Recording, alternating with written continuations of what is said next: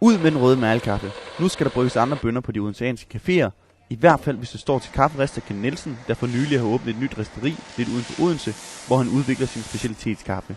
Men Odenses caféer bider ikke på den nye bønne. Kaffe det er bare noget, man laver, og en kaffe det er ikke bare kaffe. Man kan ødelægge det og smide det over disken, som man smider cola over disken. De er ikke så åbne over for nye ting her i Odense. Der er mange steder, hvor de kigger alt for meget på økonomien i forhold til kvaliteten.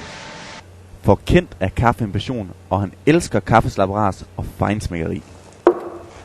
En god espresso, mørk i overfladen og tiger, striber og små pletter. Og den har tilbage syrlighed og bitterhed og ligger så pænt på tungen. Ken Nielsen synes i det hele taget, at de toger rundt på caféerne. De underviser slet ikke deres personale i, hvordan de skal lave kaffen. For Kent er der mange trin i at lave en god kop kaffe. For det første er det vigtigt, at man tamer rigtigt. At kaffen har den rette løbetid. Det er vigtigt, at man steamer mælken rigtigt, så mælken roterer. Ved det opnår man en skinnende overflade. Og Kent er ikke i tvivl om, hvad der skal til for at få den cremede kaffe til Odense. Der er ikke enten bare på at uddanne baristerne og få baristerne til at forstå, hvad det går ud på, ligesom i Aarhus og København. De fleste har ikke rigtig forstået, at hvis man kan lave latte art, altså det er ligesom en garanti for, at de prøver i hvert fald på at lave det godt.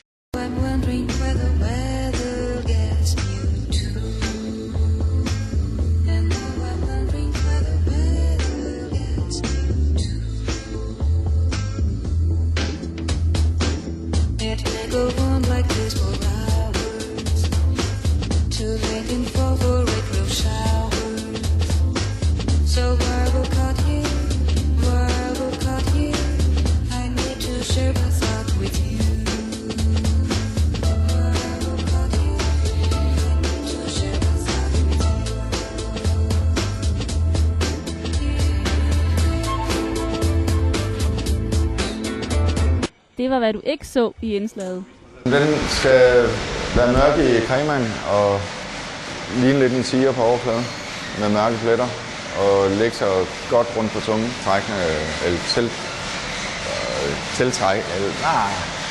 tilstrækkelig grad. Nej,